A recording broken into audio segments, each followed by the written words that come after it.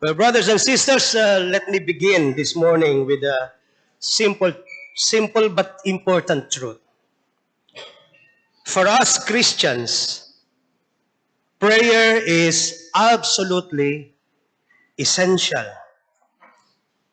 To us, a believer not to pray is like asking them not to breathe. Prayer is the lifeblood of our spiritual walk. It is the breath that sustains our relationship with the living God. Ganito po mga kapatid, kahalaga para sa mga mananampalataya ang panalangin. Kung wala po ito, unti-unti tayong malalayo at unti-unti tayong manlalamig sa Kanya. Malinaw po na hindi lang peripheral ang prayer sa buhay natin. It is central to the believer's daily communion with God. In fact, one of the surest signs of being born again is when a person begins to pray. You see, when God regenerates the heart, may nangyayari po sa loob niya. The soul begins to long for communion with its Creator. Just as a newborn instinctively cries out for his mother, the newly born believer naturally calls out to God. Because the Holy Spirit has created a hunger for His presence. Paul writes in Romans 8, "For as many as are led by the Spirit of God, they are the children of God.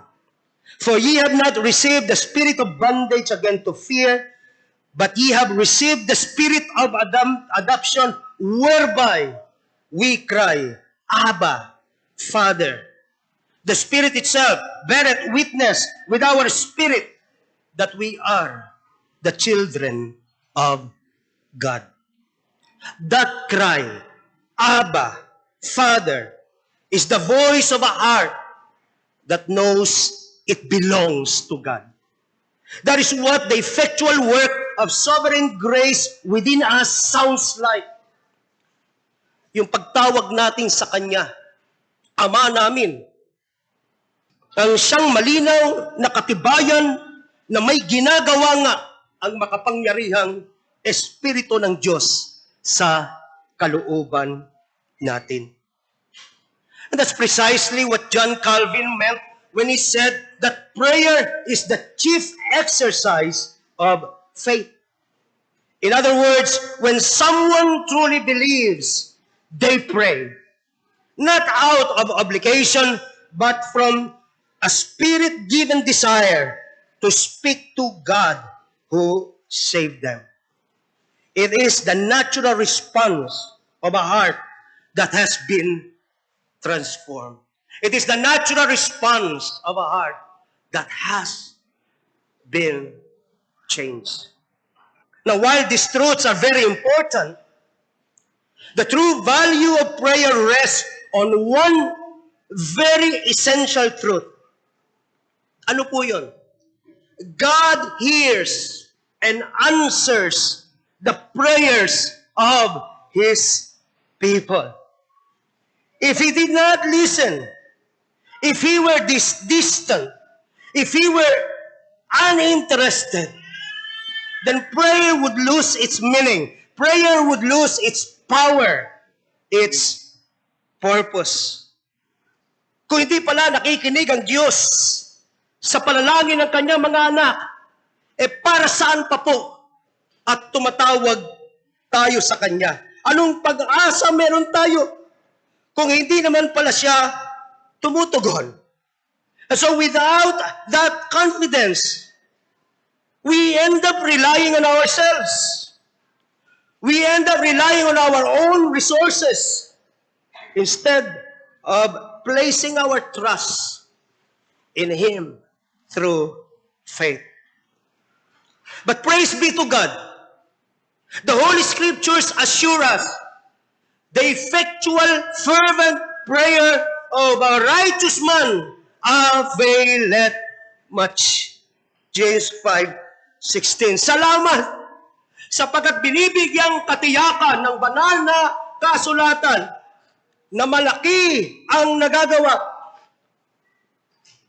ng maningas na panalangin ng taong matuwid, ng taong mananampalataya. Not because of the person praying, not because of anything they have or anything they have done, but because of the sovereign God who answers prayer. Bakit po tayo o bakit po tumutugon ang ating Panginoon sa panalangin? Bakit siya sumasagot sa atin? Anong dahilan? Well, because prayer glorifies Him. Wala nang ibang pangunahing dahilan. Prayer glorifies our sovereign God. Meron pa po bang mas mahalagang dahilan kaysa dyan? Ang sabi nga po ni John Piper, God's ultimate purpose is to glorify Himself. The key word there is ultimate. God's ultimate purpose is to glorify Himself. Prayer, brothers and sisters, declares our dependence on God and highlights His sufficiency. Naluluwalhati ang Diyos sa ating mga panalangin sapagkat ipinakikita nito, nagdama natin na kailangan natin siya. Hindi ka naman mananalangin kung hindi mo ramdam na kailangan mo siya. Hindi ka naman lalapit sa Diyos kung hindi mo kung sa tingin mo kaya mo pa. Kaya lumalapit ang isang tao sa Diyos pagka alam niya wala na siyang magagawa. At sa bagay na yan, naluluwalhati ang Diyos. Dama natin na sapat siya upang matugunan ang anumang ating pangangailangan. Again, if God did not hear, prayer would be nothing more than empty words. But because He does, it becomes one of the most powerful expression of faith, expression of worship, and communion with God. Masarap lumapit sa Diyos na sumasagot sa panalangin. Masarap lumapit sa Diyos at mabalagi sa presensya niya sapagkat nakikinig siya. Brothers and sisters, God listens to the prayers of His people. Nakikinig po ang Diyos sa mga panalangin ng kanyang mga anak. This is the confidence that we have in Him. That if we ask anything, if we ask anything according to His will, He hears us. Now, how do we see that here in Psalm chapter 4? And in what way, in what manner does He listen? Let us take a look at what verse 1 says. Let us read verse 1 of Psalm chapter 4.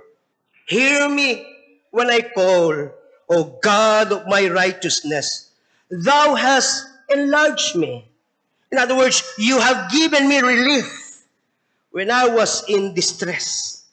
Have mercy upon me and hear my prayer. Now when David said, God is my righteousness, he was showing the true righteousness does not come from himself. God, you are my righteousness. Wala akong sarili kong katwiran. Ikaw ang aking katwiran. It comes from God.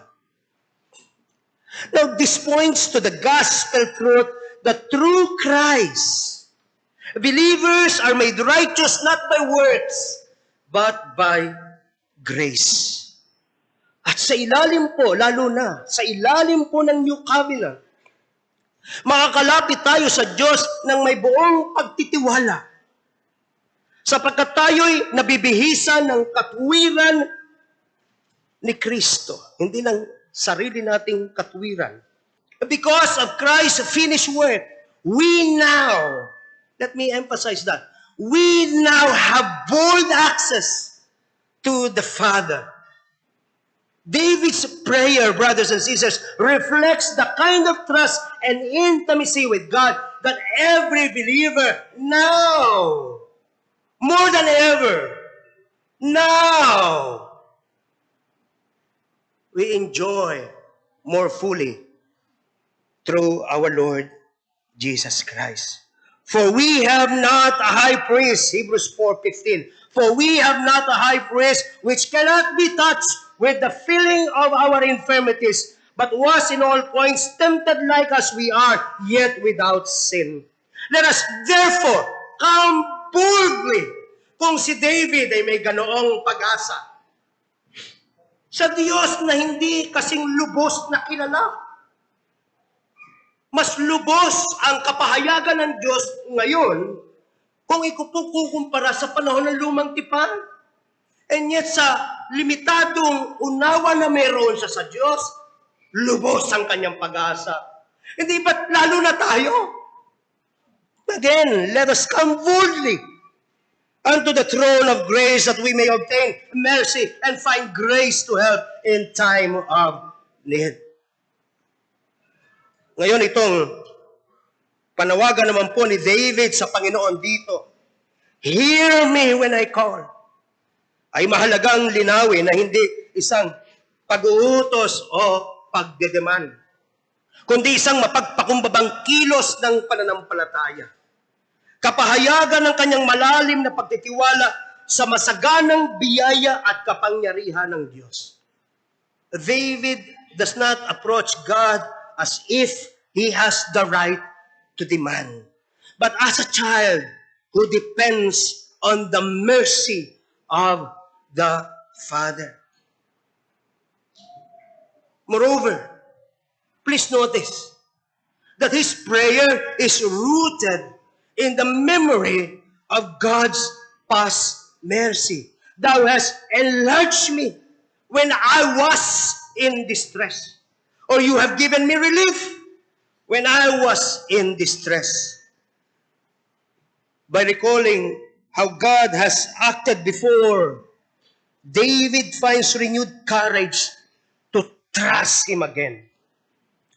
Ang pagbabalik tanaw po, mga kapatid, sa katapatan ng Diyos, sa nakaraang mga karanasan na natin, ay dapat lalong magpapatibay ng ating pag-asa para naman sa kasalukuyang mga hamon at para rin sa mga inaasahan pa nating darating sa hinaharap. Ang tangi mong gagawin, kung nagdududa ka, kung natatakot ka, babalikan mo ang maraming beses na ipinakita na ng ating Panginoong Diyos ang katapatan niya sa buhay mo. Marami ba? Praise be to God. Kung gayon, gamitin mong angkla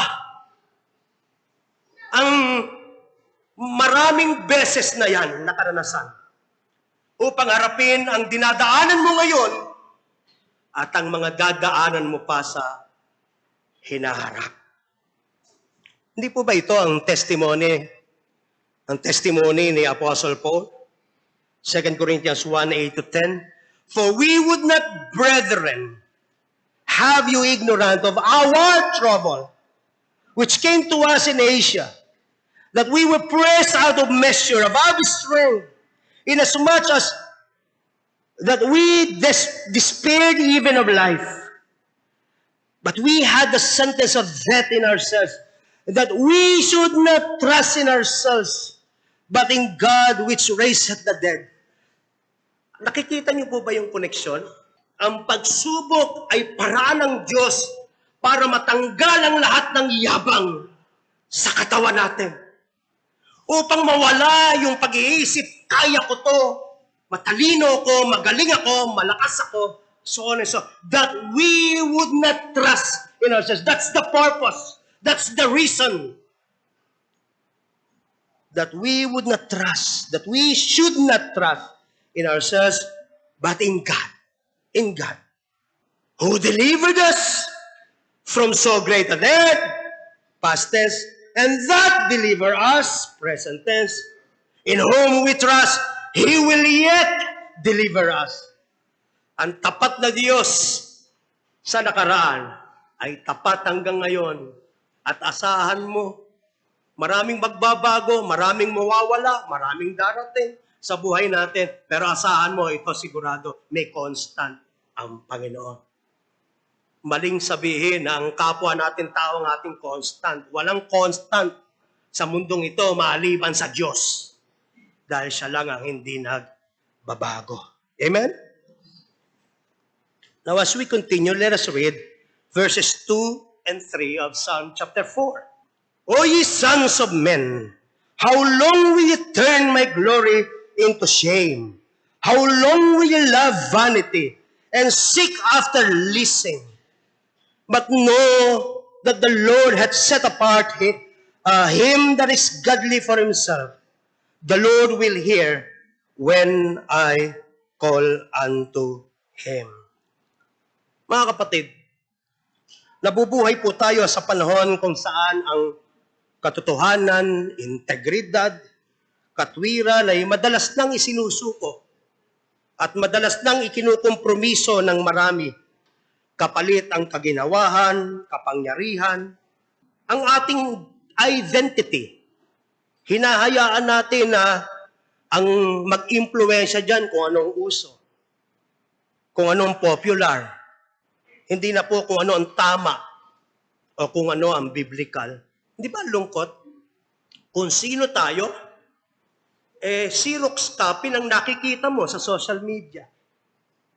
Ginagaya, pinipilit nating gayahin kung sino ang mga tao sa paligid natin, ano ang nararanasan nila, anong ginagawa nila, ano ang pangarap nila sa buhay. Sa halip na iugat natin, iangkla natin ang ating pagkatao sa kung anong sinasabi ng Biblia.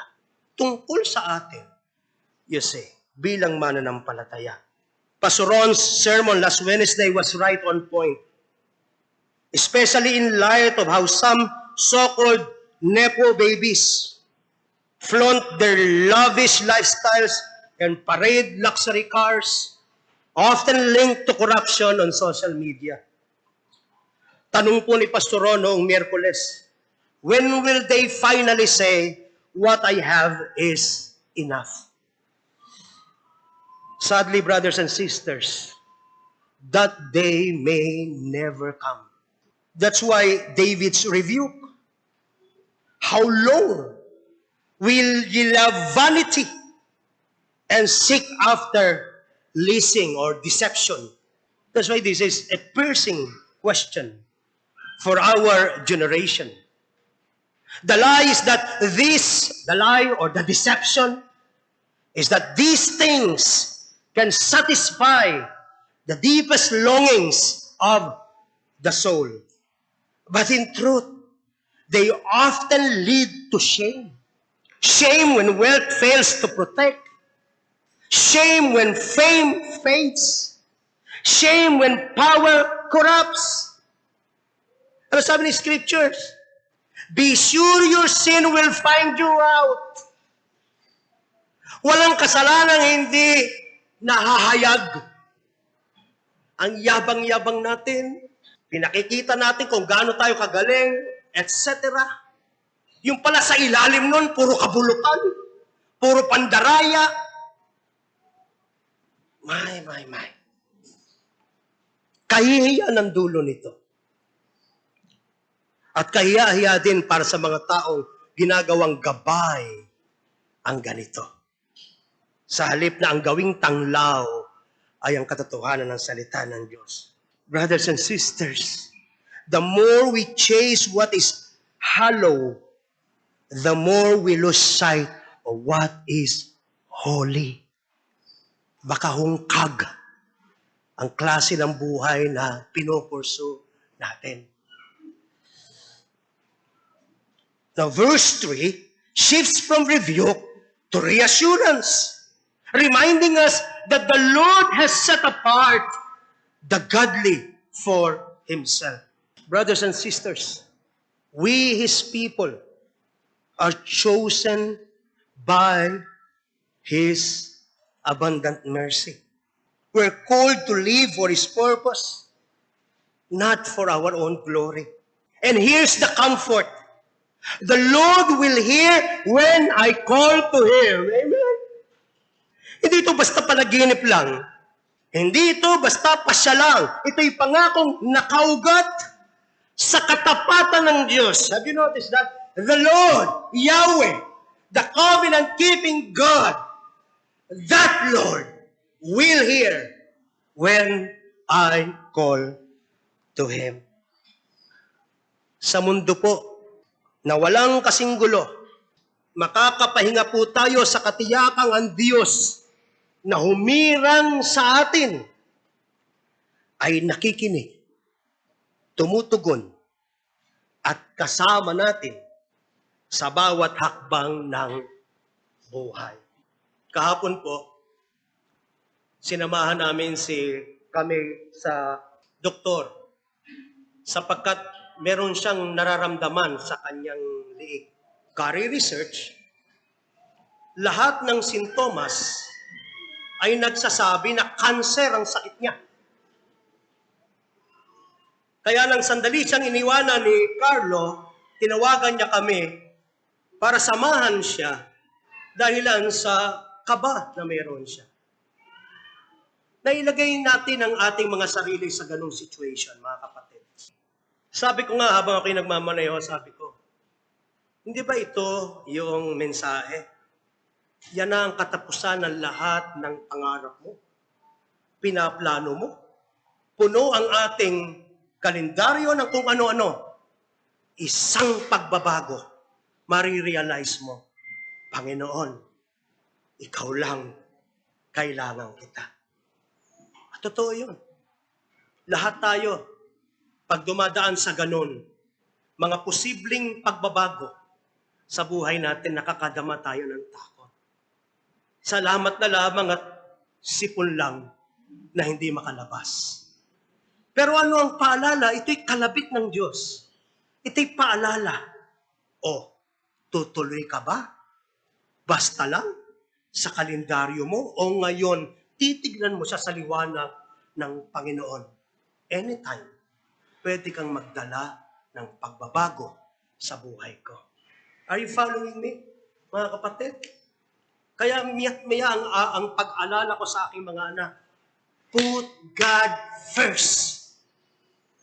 Dahil sa dulo, siya lang ang matitira. Siya lang.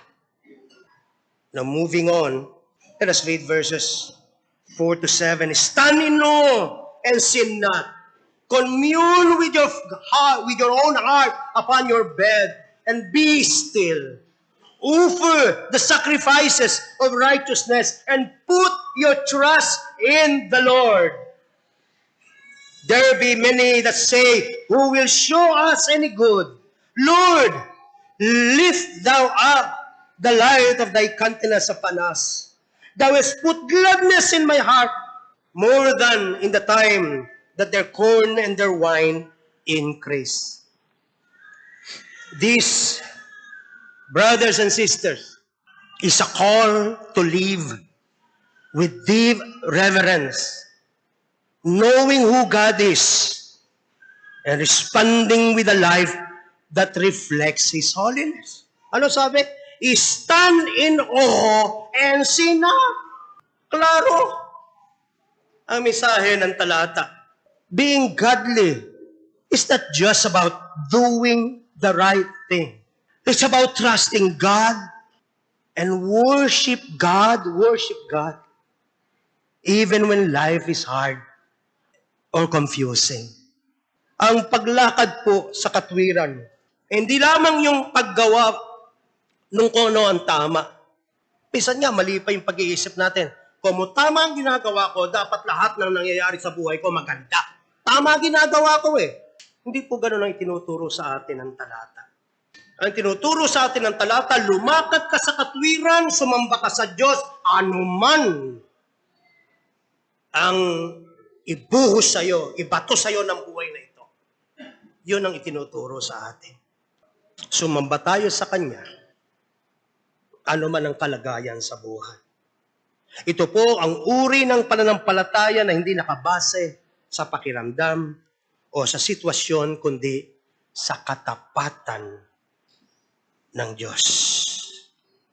Many ask, who will show us any good? Verse 6. Or where can we find something good? This is the cry of a generation looking for meaning in temporary things. Lamentably, brothers and sisters, they are searching for meaning in all the wrong places. But David knows that the true joy doesn't come from money, food, or success. It comes from being close to God. By walking with Him, talking with Him, trusting Him daily. It is found in intimacy with God. Kamusta ang walk mo with God? Naniniwala akong napapanood ito. Abalang-abala. Walang panahong kausapin yung may hawak ng buhay niya. Huwag nating tulutang magtuloy-tuloyan. Balik tayo. Go back to the basics, so to speak. Balik tayo kung saan tayo nagsimula bilang mga mananampalataya. O more accurately, sabi ng Biblia, go back to your first love. Amen? Go back to your first love. Sa presensya po ng Diyos, may kapayapaang nagpapakalma ng ating takot at pagamba. Kagalakang tumatagal kahit sa gitna ng pagsubok at purpose na nagbibigay saysay o katuturan sa bawat sandali ng buhay. Nakakasawa at nagiging basyo. Pagka ang dahilan mo lang sa paggising, maghahanap buhay ako, kikita ako malaunan, gagasustin ko, and then back to step 1, etc. Wag nating hayaang sumakay tayo sa tsubibo ng ganyang klase ng buhay. Malaunan, mahihilo ka na at sasabihin mong sawa na ako. Ang tunay po na kapayapaan at pangmatagalang kaligayahan ay dumarating kapag tayo nagtitiwala sa Diyos. Hindi kapag hinahabol natin ang mga bagay na pandalian, madaling mawala. Oo, ang mga bagay ng mundo ay maaari pong magbigay ng pansamantalang ligaya, pero ang presensya lamang ng Diyos ang nagbibigay ng kapahingahan ng kaluluwa. Ano sabi ng ating text? Lord, lift thou up the light of thy countenance upon us. Makita ko lang ang iyong banal na mukha. Makita ko lang ang kaluwalhatian mo na nahahayag, lalo na mula sa iyong mga salita habang pinag-aaralan ko ito. Thou hast put gladness in my heart more than in the time that their corn and their wine increase. Hindi ka naapektado kung ano nangyayari sa buhay ng iba. Kung masaya sila, di masaya ka para sa kanila. Pero alam mo kung saan ka tinatawag ng Diyos. At alam mo, may kahulugan ng iyong pag-iral. Amen? Lastly, verse 8 says, I will both lay me down in peace and sleep. For thou, Lord, only makest me dwell in safety. Now, I found the exchange between Senator Cayetano and Senator Lacson in the Senate the other day quite amusing. Senator Cayetano said that the name dropping in the flood control project investigations might cause a chilling effect among lawmakers. But Senator Lacson replied, I sleep soundly because I never had PDAF or pork barrel to begin with. This is exactly, and even more so, what is expected of every believer. To rest in the presence of his God. This verse is a testimony of a life lived in holiness and trust. David's peaceful sleep is not the result of a stress-free life, but of a heart aligned with God. This verse, brothers and sisters, is a testimony of a life lived in holiness. Napakahalaga na. Nabubuhay ka na matuwid, nabubuhay ka nagtitiwala sa Kanya, wala kang itinatago, hindi ka natatakot sa ano paman. Kapag ang mananampalataya po lumakad sa kabanalan, hindi sa pagiging perpekto, gusto kong linawin yon, kundi sa kabanalan, sa tapat na pagsunod. Nararanasan po niya ang kapayapaan ng malinis na budhi. At ang kaaliwan ng presensya ng Diyos. Alam mo, yung pinakakain mo sa pamilya mo, kinuha mo sa ayos. Hindi ka kurapot. Hindi ka nandaraya. Naniniwala ka na anumang kailangan mo, tutugunan ng Diyos. Ang banal po na pamumuhay ay pagtalikod sa kasalanan at pamumuhay sa liwanag ng katotohanan. Kapag ang puso ay malaya sa guilt at malaya sa panlilinlang, ang pagtulog ay nagiging banal na kapahingahan. Isang tahimik na pagsuko sa Diyos na sa atin ay nagbabantay. Hindi po tulad ng mga balisang natutulog dahil sa takot. Balisang natutulog dahil sa kasalanan. Ang lumalakad ng matuwid ay makapagsasabi, ako'y natutulog ng payapa sapagkat ang Panginoon ang nag-iingat sa akin. Ang kabanalan kong gayon, mga kapatid, ay nagbibigay ng karangalan sa Diyos at ang kapahingahan naman sa ating kaluluwa.